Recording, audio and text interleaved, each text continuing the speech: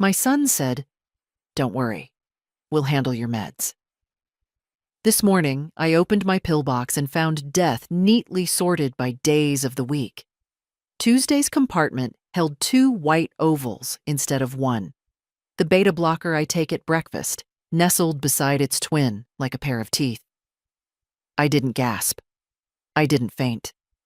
I stood at my kitchen counter in my robe, the kettle just beginning to whisper on the stove, and felt something old and steel inside me lock into place. I am 74, not helpless, not confused. I line the pillbox on Sundays, with the magnifier and the lamp angled low, 1 tab of the beta blocker, 1 of the ACE inhibitor, the tiny thyroid, the evening statins set aside in the night row. I count out loud. I write the totals on a yellow sticky. Met, 30 left. Leeson, 22. Levo, 14. Sunday I counted correctly. I remember because I always do. I clicked Tuesday open and set the twins on a saucer. The markings were the same, 50 milliliters stamped clean, the edges unchipped. Not a pharmacy error.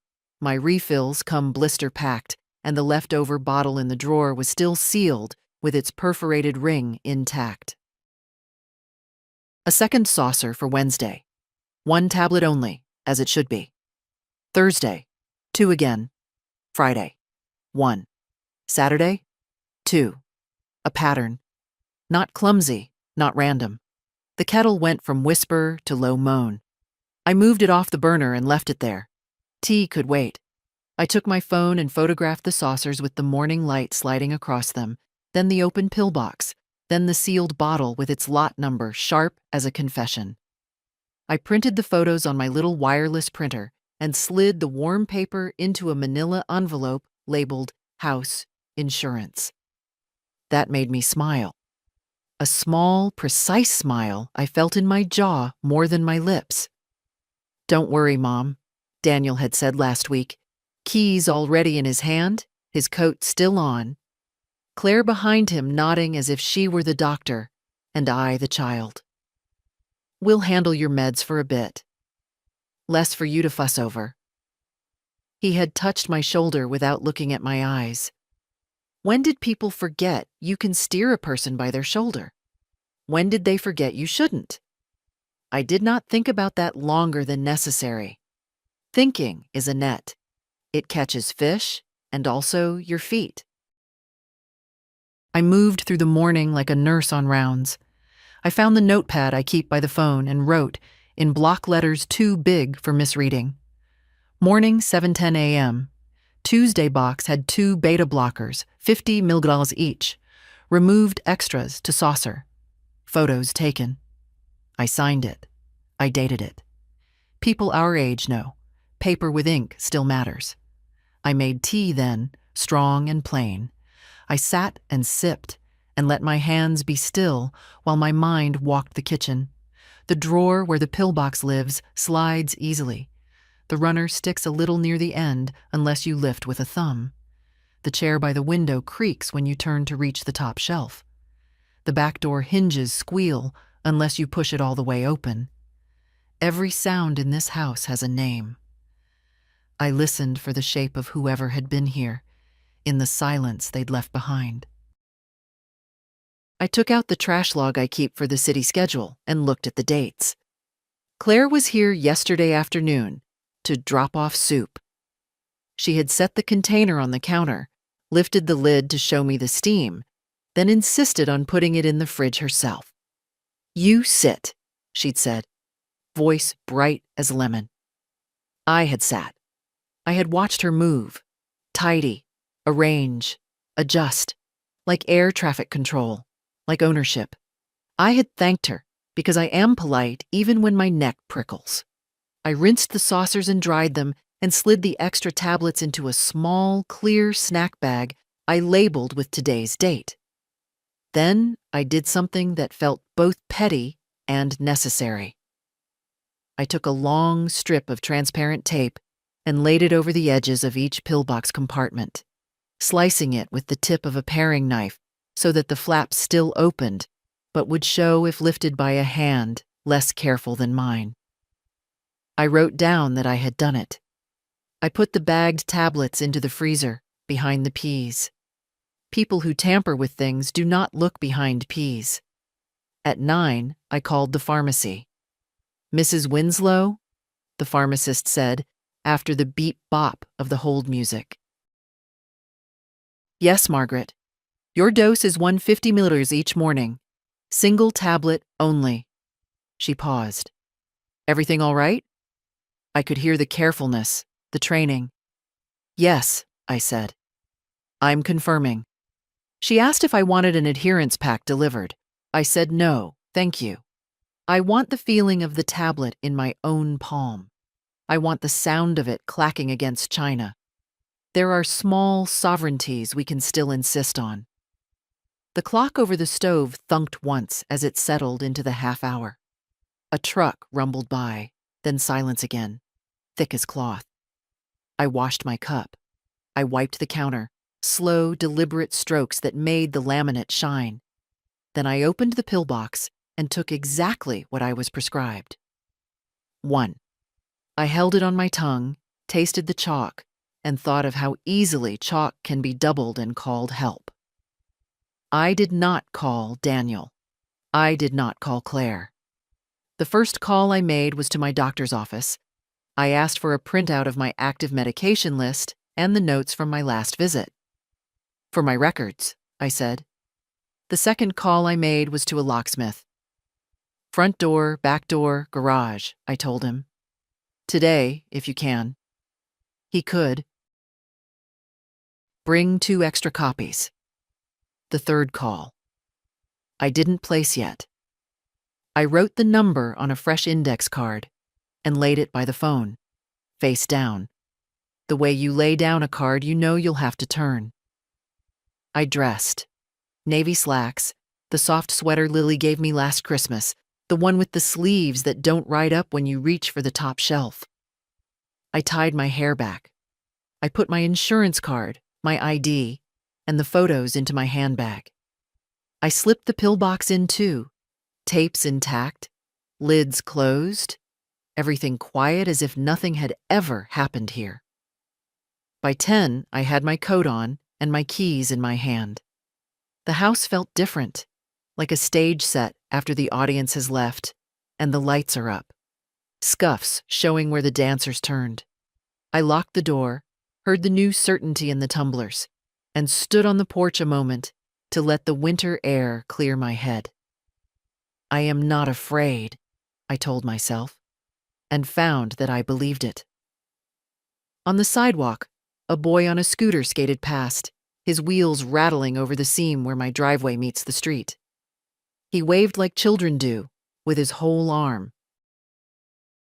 I waved back, and my hand felt steady, and my heart kept its honest rhythm under my sweater as I went to do what needed to be done.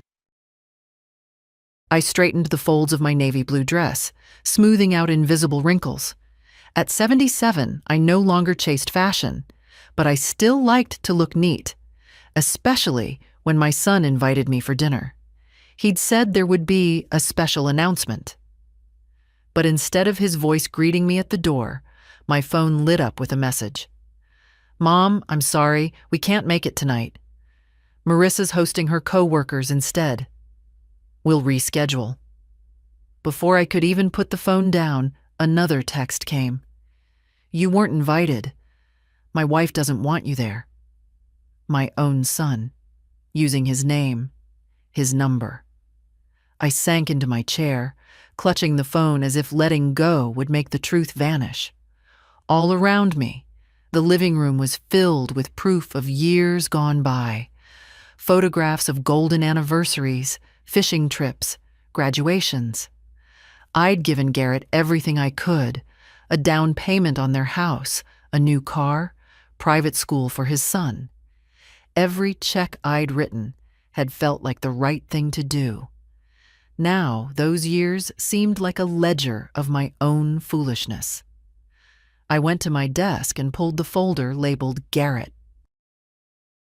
Inside, $20,000 for a failed business, course fees for Marissa, repairs for their roof, Toby's car insurance.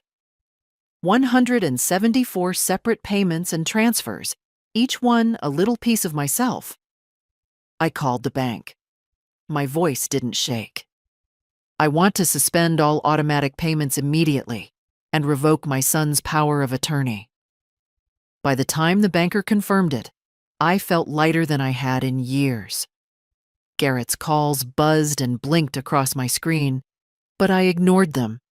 Instead, I poured myself a cup of tea, sat in the quiet, and thought. For once, I had done something not for my son, not for his family, but for me. Under the pale morning light, my kitchen looked exactly the same as it had yesterday. Orderly, tidy, smelling faintly of chamomile tea. But I knew better. Something had shifted. I sat at the table with my glasses on, the manila envelope in front of me. Inside were the photographs I'd taken of the pill box, with its doubled doses, the sealed medication bottle, the snack bag in the freezer labeled with yesterday's date.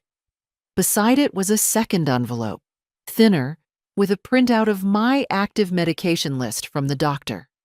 I ran my fingers over both like a gambler deciding which card to play first. I didn't have to wait long. At 9:17, my phone rang. "Morning, Mom." Daniel's voice was warm, falsely casual. "Claire and I were thinking. We'll come by later, bring lunch. You don't have to fuss with cooking." I could picture him, leaning against the kitchen counter at his house, phone in one hand, coffee in the other, already planning how to get into my drawers without me noticing. "That's thoughtful," I said evenly. "Come at noon. I'll make tea." When the line went dead, I opened my handbag and slipped in both envelopes. Then I took the small audio recorder from my desk drawer, tested it, and tucked it under the lace runner on the dining table. I'd bought it years ago to record my own recipes. Today, it had a different purpose. By noon sharp, Daniel was at the door with a white paper bag from the deli. Claire followed, smiling too brightly, a bouquet of cheap carnations in her hand. "Hi, Mom," she sang, brushing my cheek with a kiss that didn't land. "We thought you could use some company." I gestured them in, watching their eyes roam, not at me, but at the house. Daniel's gaze flicked to the pillbox on the counter. Claire's drifted to the drawers. Over lunch, they asked the usual questions. How was I sleeping? Did I feel dizzy lately? Had I been remembering to take all my pills? The recorder kept humming under the lace. "I manage fine," I said, sipping tea. "Though I do like to double-check things. You never know when people might make mistakes." Daniel shifted in his chair. Claire's smile stiffened. When they left, I waited until their car pulled away before retrieving the recorder. My own voice came first, soft, measured, then Daniel's and Claire's, asking, suggesting, hinting that maybe I should let them keep my medications at their house, just to be safe. I sat there for a long while, listening to the proof. Not rage, not fear, just a deep, steady knowing. They thought I wouldn't see. They thought I wouldn't act. They were wrong. That evening, I laid everything out on the dining table like evidence in a courtroom. The photographs, the bagged tablets, the recorder, the printout from my doctor. I didn't bother with dinner. Instead, I made a pot of strong black tea and sat by the window, watching the street lamps flicker on one by one. Across the road, the neighbors' grandchildren chased each other up and down the driveway, their laughter rising into the cool air. It had been a long time since laughter like that filled this house. I thought about the weeks after my hospital stay, the way Daniel had taken my pill box from the counter without asking, telling me, "You just rest, Mom, I'll take care of it." The way Claire had stood behind him, nodding, as if my independence was a nuisance to be managed. At first, I'd wanted to believe they meant well. But the numbers in my head didn't lie. 150 milligram beta blocker per morning, no exceptions. A double dose wasn't care. It was either recklessness or intent.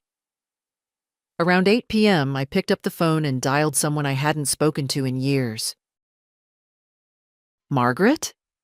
The voice was slower now, older, but still had that firmness I remembered.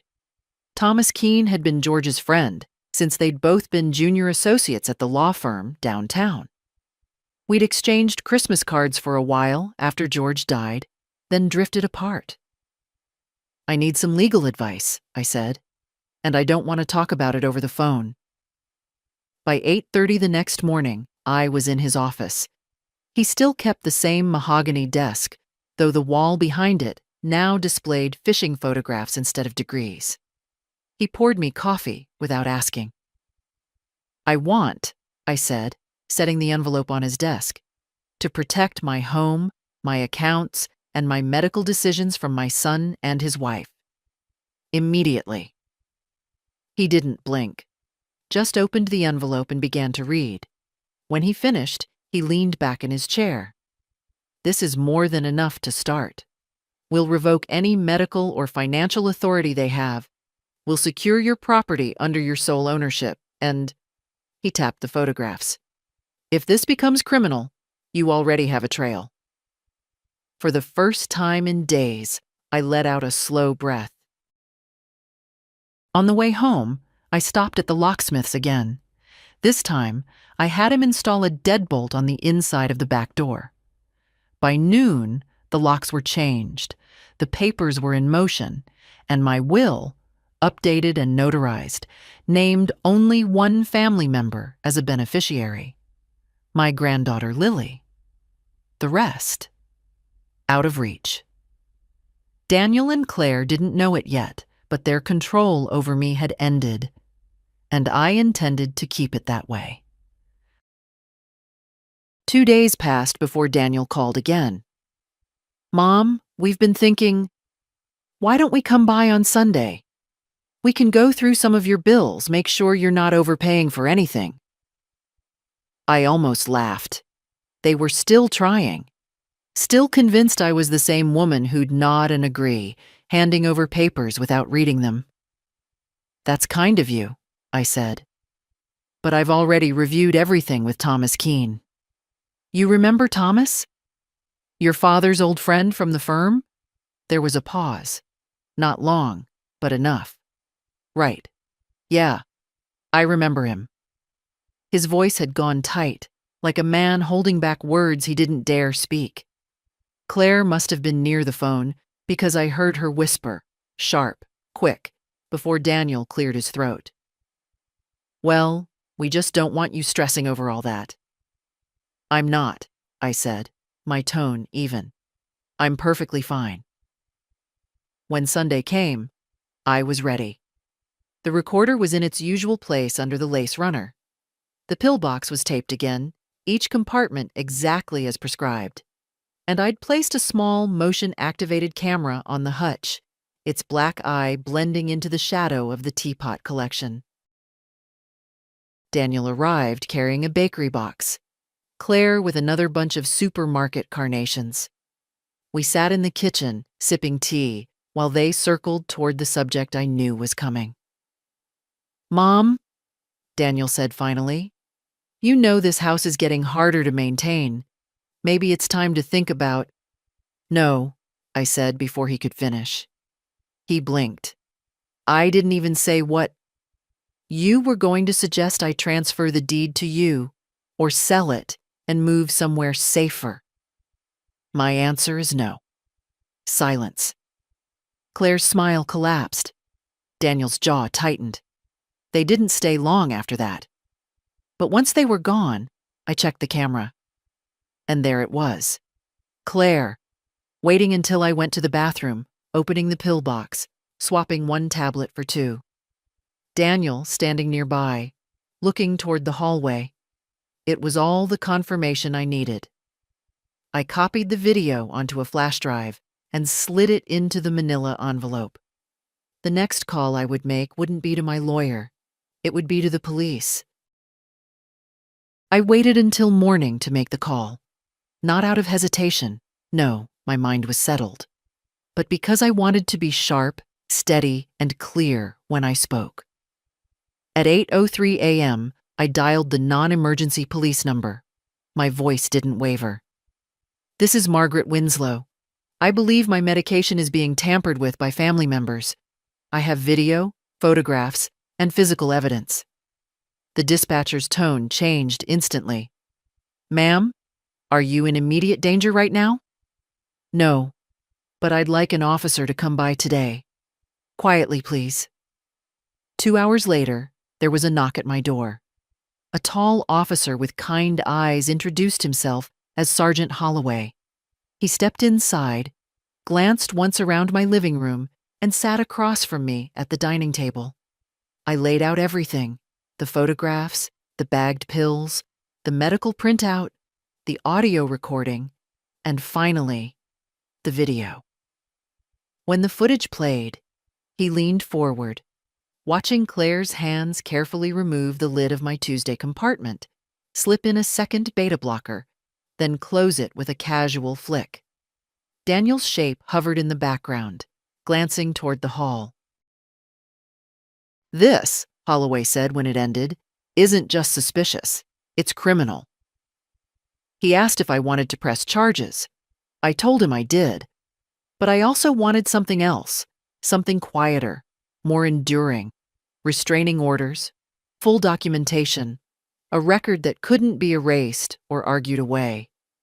Before he left, he assured me the pills would be sent for analysis, the video and photos logged as evidence, and he gave me a card with his direct number. "If they come to your door unexpectedly, you call me, no matter the hour." After he was gone, I stood at the window, watching his patrol car disappear down the street.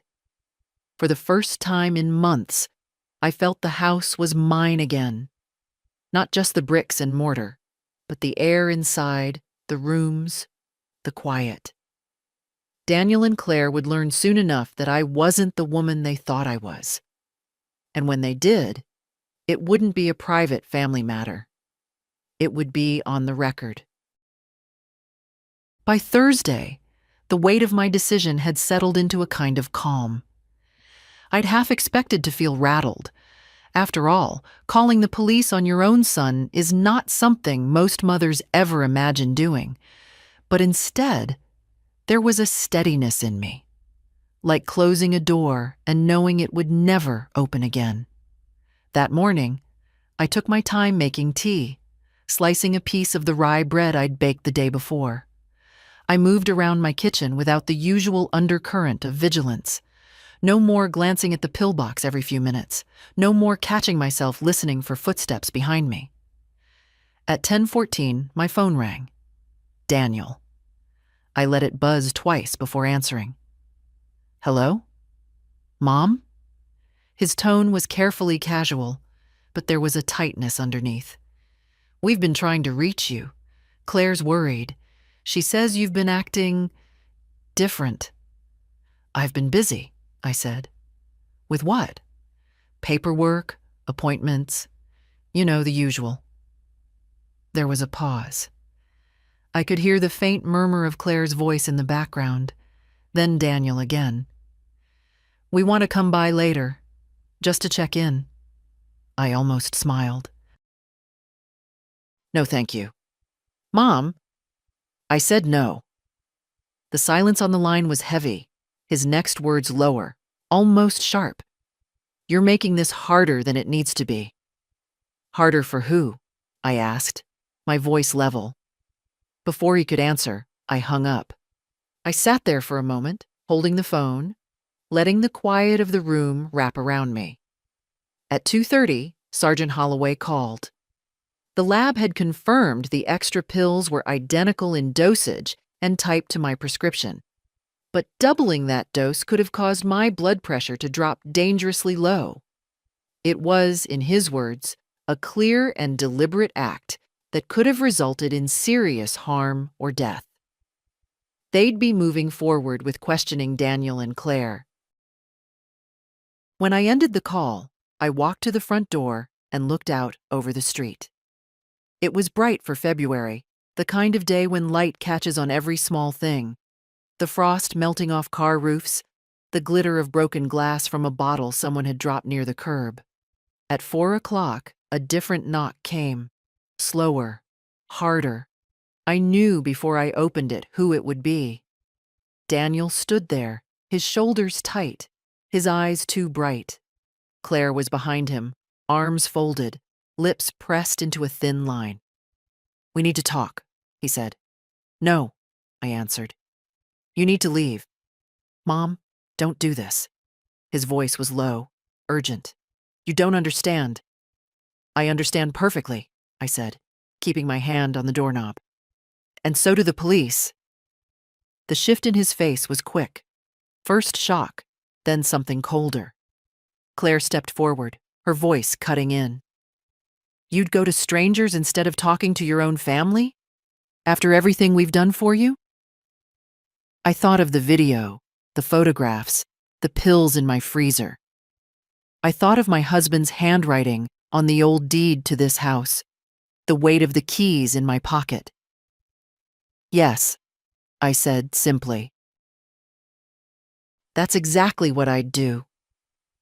I closed the door before they could answer. Their voices rose on the other side, muffled, then faded as footsteps retreated down the path. I stood there, palm resting on the cool wood, breathing slowly.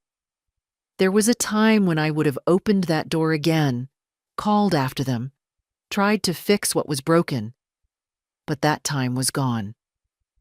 In the kitchen, the pillbox sat in its place, untouched. I made another cup of tea, the steam curling upward in the quiet, and thought, not for the first time, how peace isn't always soft. Sometimes peace is a lock turning. Sometimes it's the sound of your own door closing. The next morning, I woke before the alarm, the room still dim with the gray light that comes before dawn. I lay there a moment, listening to the quiet hum of the radiator, feeling the weight of the blanket, and realized something I hadn't felt in years. My body was at ease. After breakfast, I sat at the dining table with my notebook. I began listing the things that still needed doing. Contact the utility companies to ensure accounts were in my name only. Notify my doctor's office that Daniel and Claire were no longer authorized for any medical information. Arrange for a safety deposit box at the bank for important documents and the evidence I'd gathered. By 9 o'clock, I was downtown, walking into the bank with my handbag tucked close. The teller recognized me and waved me toward a side office. Inside, I met with Mrs. Keating, the branch manager, who helped me secure the box. We placed the photographs, video copies, and pill samples inside, along with my will and the updated deed to the house. The lock clicked shut with a sound that felt final. On my way home, I stopped at the market. The cashier, a boy barely old enough to shave, greeted me with a cheerful, "Good morning, Mrs. Winslow." I found myself smiling back. Really smiling, not the polite mask I'd worn for so long. At home, I brewed tea and settled into the armchair by the window. The street outside was quiet except for the mailman making his rounds. When he reached my door, he slipped an envelope through the slot. With handwriting I recognized immediately. Claire's. I opened it carefully. Inside was a single sheet of paper with a short, looping message. "We can make this right. Just talk to us." I set it aside without answering. I had already spoken in the clearest language possible. Legal documents, police reports, locks changed. Words were easy. Action was harder. That evening, as the sun slid low, Sergeant Holloway called again. Daniel and Claire had been interviewed. They'd denied everything, of course, but the evidence was solid. There would be a formal investigation, and I would be kept informed every step of the way. After we hung up, I stood at the kitchen sink, rinsing my teacup. The window over the sink reflected my face in the fading light, older, lined, but steady. For the first time in years, I knew exactly where I stood, and I intended to stay there. On Sunday morning, I decided to do something I hadn't done in months. I baked. The smell of cinnamon and apples filled the kitchen, the oven humming warmly as the light rain tapped against the window. I wasn't baking for anyone in particular, just myself. That was the point. While the pie cooled, I sat at the table with the small black camera in my hands. The footage from that day was already copied and locked away in the bank, but I still kept the original card here, hidden in a plain envelope marked tax receipts. Old habits die hard. At 11:06, the doorbell rang. I knew that rhythm. 2 short presses, a pause, then one longer one. Daniel. I didn't move. I let him press it again, harder this time, before his voice came through the wood. "Mom, it's me. I just want to talk." I took my time walking to the door. I didn't open it. "I told you, Daniel, there's nothing left to discuss. You've blown this out of proportion. We were just trying to help." I cut him off. Help doesn't involve doubling someone's heart medication. Help doesn't require changing the locks. Silence for a beat, then Claire's sharper tone. "We know you've been to the police. That's unnecessary. This can be handled privately." "That's not how it works anymore," I said. I heard Daniel sigh, low and heavy. "You're making a mistake. People are going to start asking questions. Do you really want the whole family to know about this?" I almost laughed. There it was, the soft threat wrapped in concern. "Yes," I said. "I do." After a moment, their footsteps retreated. Through the lace curtain, I watched them walk down the path, heads close together against the drizzle, their pace quick. By early afternoon, I was in my living room sorting through the small safe I kept under the stairs. Inside were things I hadn't touched in years: George's pocket watch, a faded bundle of letters, Lily's kindergarten drawing of me holding her hand. I added a fresh stack of documents, copies of the police report, the lab analysis of the pills, and a list of every conversation I'd had with Daniel and Claire since this began. At 3:45, the phone rang. It was Lily. "Grandma, Dad says you're mad at him. Did he do something wrong?" I closed my eyes for a moment, steadying myself. "Lily, your father and I just have some things to work out. Nothing for you to worry about. How's school?" She launched into a story about her science project, her voice bright and unguarded. I let her talk, making small sounds of encouragement, committing every detail to memory. She was the one part of this family I'd protect without question, but not by staying silent. That night, I wrote a letter to her. Not for now, she was too young, but for when she was old enough to understand. I explained what had happened, why I'd acted as I did, and the lesson I hoped she'd take from it: that kindness never requires you to endanger yourself, and that boundaries are not unloving. I sealed it in an envelope, dated it, and placed it in the safe with the rest. Outside, the rain had stopped, leaving the street glistening under the lamplight. My reflection in the darkened window looked almost unfamiliar. Not because I seemed older, but because I seemed certain. Daniel and Claire might still try to press, to cajole, to find a way back into the control they'd once had. But the locks were changed, the evidence secure, the law on my side. And for the first time in a long time, I was no longer playing defense. I was standing my ground.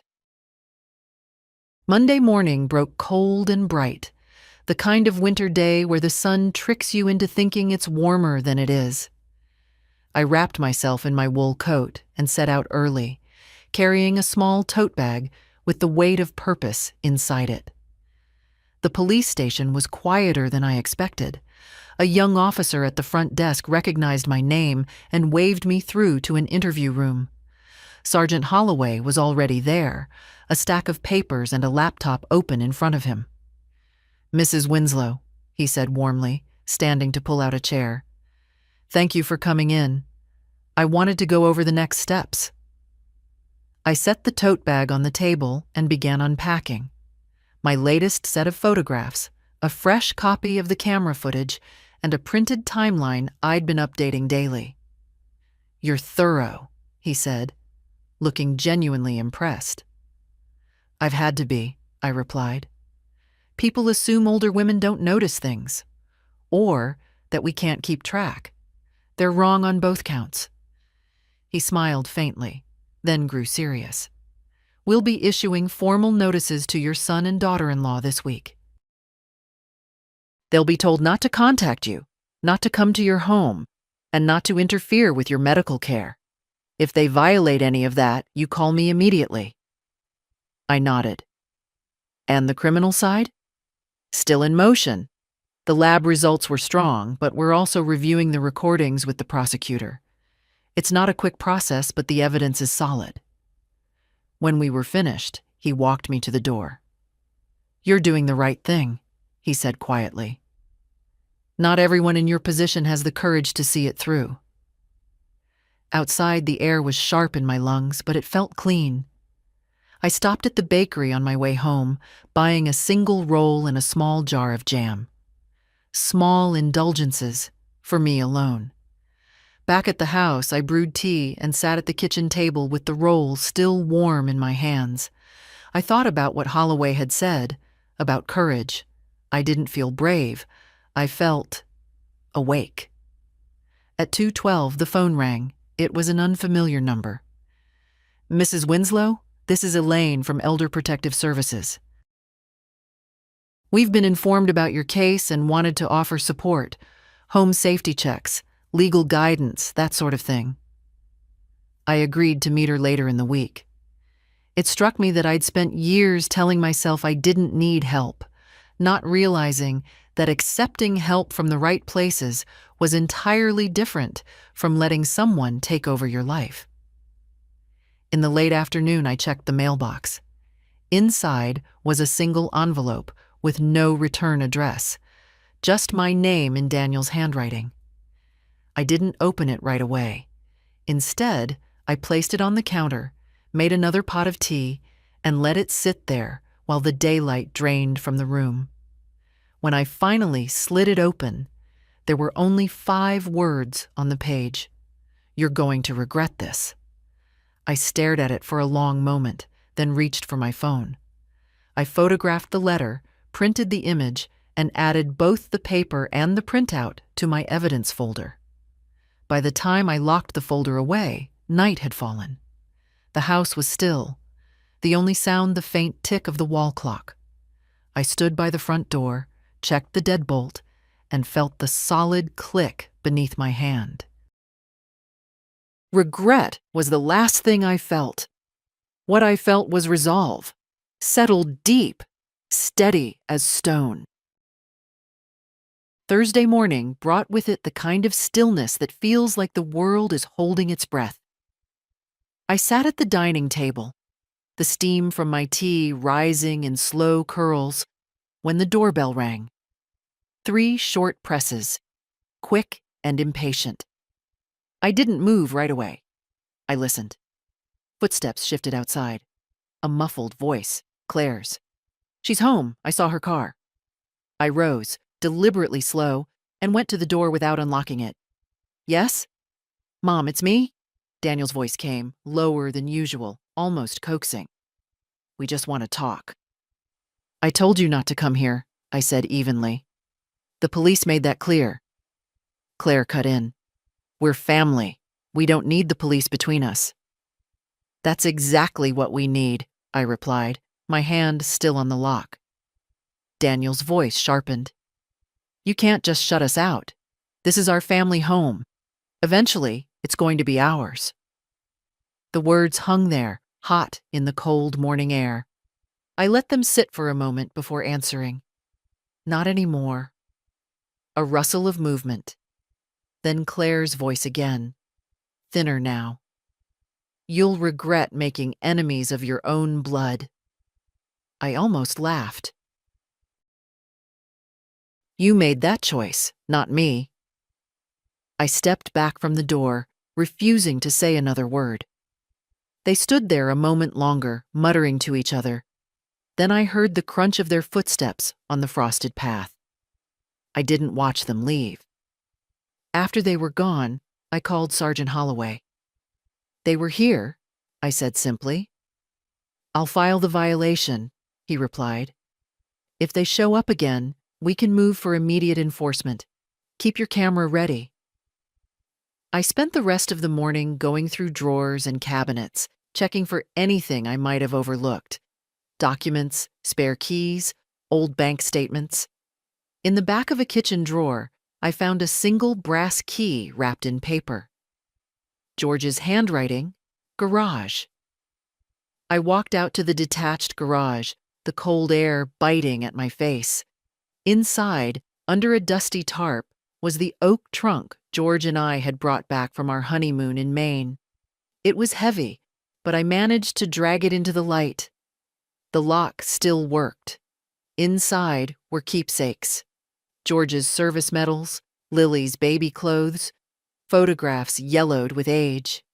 Beneath those, a slim folder I didn't remember seeing before. When I opened it, I found copies of our original deed, old insurance policies, and a letter George had written but never given me. In it, he'd written, "If anything happens to me, make sure you keep the house in your name.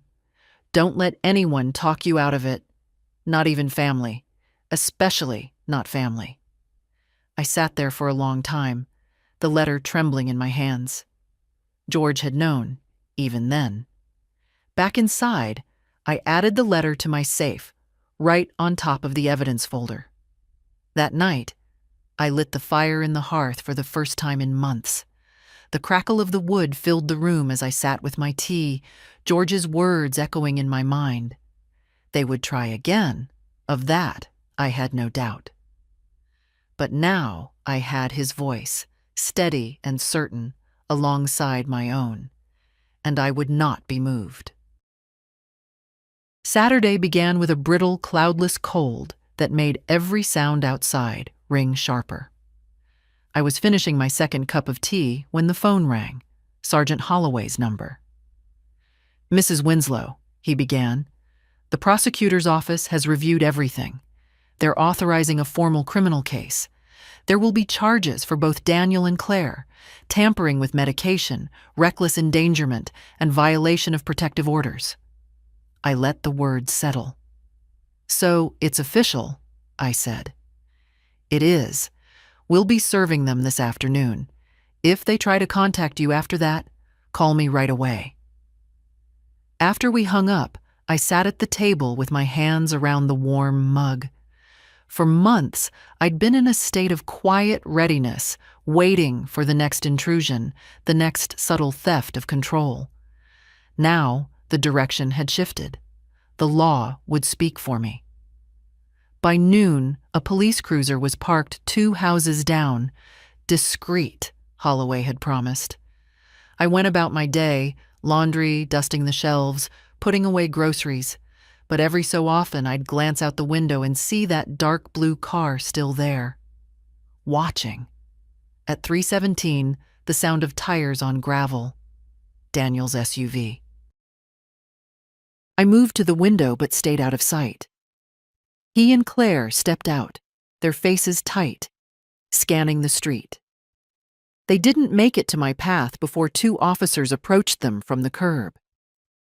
I couldn't hear the words, but I saw the papers handed over, saw Daniel's jaw set like stone, Claire's arms crossed tightly over her chest. For a moment, I thought Daniel might look toward my window. He didn't. They turned, got back into the SUV, and drove away without so much as a glance at the house. Only when the cruiser pulled away half an hour later did I realize I'd been holding my breath. That evening, I sorted through the safe again. I added the day's date to my written log and noted, charges filed, protective order served. The discipline of keeping records had become more than a habit. It was a shield. After dinner, I called Lily. Her voice was a balm, light and warm, telling me about her school play and the role she'd been cast in. We didn't talk about her father. We didn't need to. There are conversations you postpone not out of fear, but out of love for the listener's peace. When the call ended, I stood for a long time at the front door, looking out over the street under the yellow wash of the lamplight. Somewhere out there, Daniel and Claire were stewing in whatever story they'd chosen to tell themselves about me. I didn't care to know the details. What mattered was this. The front door was locked. The house was warm. My medicine sat on the counter, untouched except by my own hands.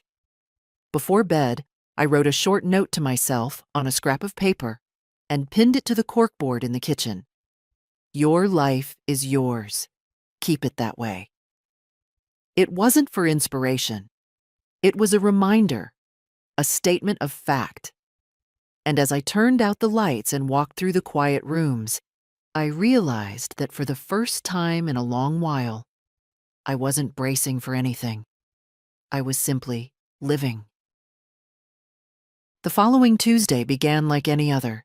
Tea, the rustle of the newspaper, the quiet hum of the radiator. But by mid-morning, the air in the house shifted. It was the knock. Slow, deliberate, and far too familiar.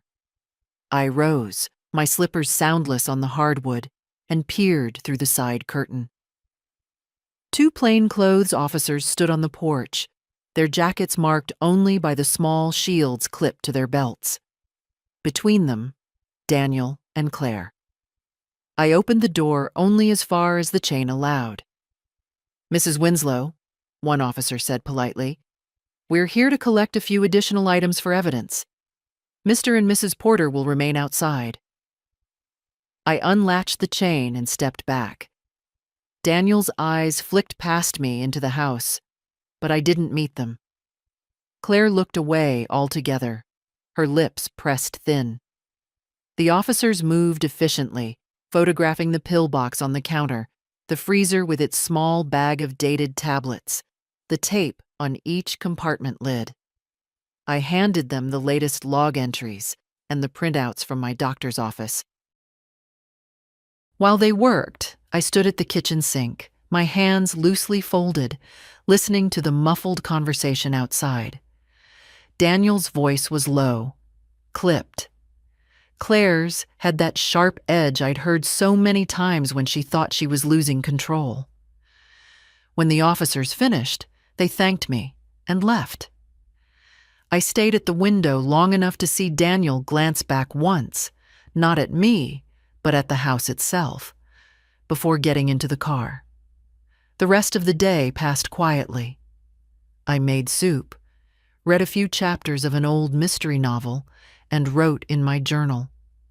But that evening, as I was locking the front door, I saw something pale tucked into the side of the storm door frame. A folded piece of lined paper. No envelope. I carried it to the table, unfolded it, and read, "You've turned everyone against us. Hope you're happy." The handwriting was Claire's. I didn't feel anger. What I felt was a deep, almost physical weariness, not for myself, but for the smallness of the world they'd chosen to live in. A world where care was a tool, where control masqueraded as love. I photographed the note, slipped it into a plastic sleeve, and logged it with the date and time. It joined the rest of the evidence in the safe. Later, over tea, I thought about what everyone meant to her. Maybe the neighbors who'd stopped waving at them. Maybe the relatives who'd begun calling me instead of them. Or maybe it was just the two of them, realizing that for once, the story wasn't entirely theirs to tell. Before bed, I stood in the doorway of the spare room that Lily sometimes used when she stayed over. The quilt was folded neatly at the foot of the bed, the small lamp waiting to be switched on. It gave me a quiet sort of comfort, knowing the space was ready, just in case she ever needed it. When I turned out the light, I passed the corkboard in the kitchen. My note from the other night still hung there. Your life is yours. Keep it that way. I touched it with my fingertips before heading to bed, the words steadying me like the railing on a staircase. Whatever Daniel and Claire thought they'd lost, I knew exactly what I had gained, and I intended to keep it. Friday arrived with a thin frost coating the lawn, sparkling under a weak sun. I moved slowly through the morning, letting myself enjoy the simple rhythm. Tea, toast, the soft creak of the old floorboards as I crossed from room to room. Around 11, the phone rang. It was Elaine from Elder Protective Services. Mrs. Winslow, I wanted to let you know your protective order has been extended for a full year, she said. And the prosecutor will be seeking a no-contact provision as part of the criminal case. Good, I replied. That should make things clear. Also, she added, if you'd like, we can arrange a safety inspection of your home, just to make sure everything's secure. I hesitated only a moment. Yes, I'd like that. By mid-afternoon, 2 representatives were at my door. They walked through each room, checking locks, windows, and entry points. They suggested a few upgrades, longer screws in the strike plates, a motion light near the back gate. Small changes, but effective. While they worked, I thought about the difference between this kind of help and the help Daniel and Claire had offered. Theirs had always come with strings, unspoken, but tight. This was different. No judgment. No intrusion. Just the kind of help that leaves you more in control, not less. When they left, I stood for a moment in the quiet, the new light at the back already set to flick on at dusk. I felt safer. Not just because of the locks or the paperwork, but because I had built these layers of safety myself, one deliberate step at a time. At 4:12, there was a knock on the door. Firm, steady, not theirs. Through the peephole, I saw Sergeant Holloway. Evening, Mrs. Winslow, he said when I opened it.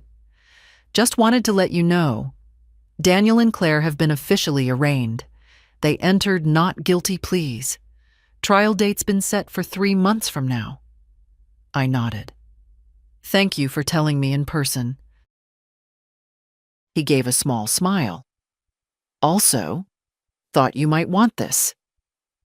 From his folder, he pulled a printed still from my kitchen camera, the one that had caught Claire doubling the pills.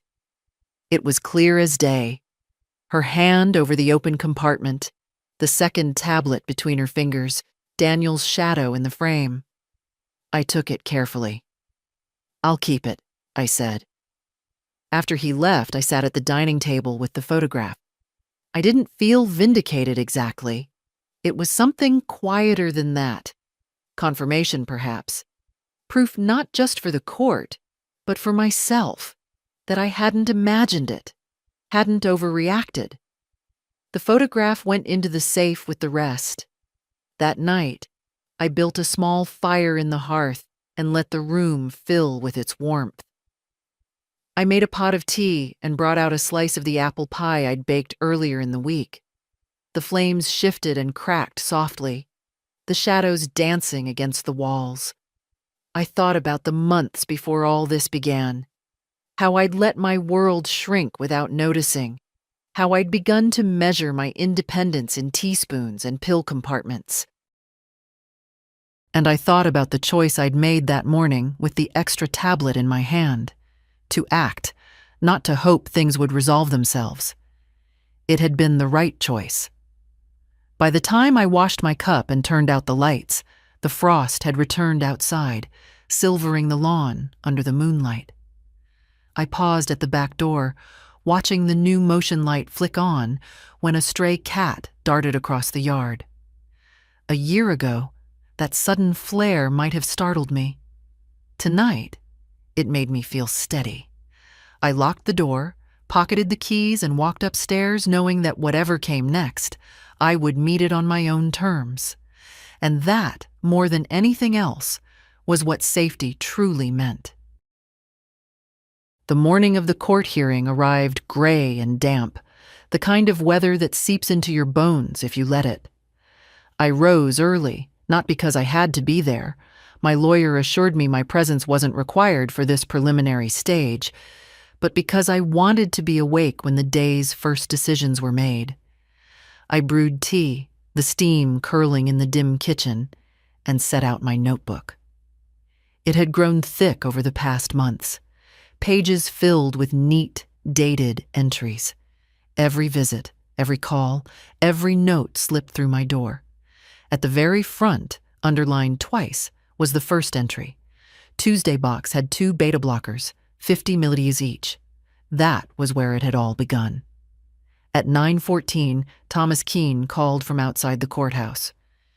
"It's over for today. Arraignment confirmed, protective orders reinforced." The judge was clear. "Any violation will result in immediate arrest." "And the trial date?" "Still set. We're ready." I thanked him and hung up. The quiet in the kitchen felt different now, less like a pause between storms, more like the first stillness after one. Around noon, I walked to the market for bread and milk. Several neighbors nodded or waved. One woman I barely knew stopped me at the corner. "You're a strong one, Margaret," she said, patting my arm. "Takes a lot to stand up like that." I smiled politely, but inside I thought, it's not strength, not really. It's simply refusing to hand your life to people who don't mean you well. Back home, I made a sandwich and ate it at the dining table, looking out over the yard. The new motion light glinted faintly on its metal bracket. The frost on the lawn was already melting. In the afternoon, Lily called. Her voice was bright with news about school and the play she'd been rehearsing for. "You should come see it, Grandma," she said. "I wouldn't miss it," I told her. We talked for a while about her lines, her costume, the nervous excitement in her voice reminding me of the way she used to chatter as a little girl. When the call ended, I sat for a moment in the stillness, holding the phone as if her warmth might linger there. Later, I opened the safe one last time for the day. The photograph of Claire with the pill in her fingers lay on top, next to George's letter. I read his words again. "Don't let anyone talk you out of it, especially not family," and felt the same steady certainty I'd carried since that morning in the kitchen when the kettle first began to whisper. As dusk fell, I pinned a new note to the corkboard in the kitchen, just below the first. "You acted. You endured. You won't forget." The first was a reminder. The second, a record. When night came, I moved through the house, locking each door, checking each window.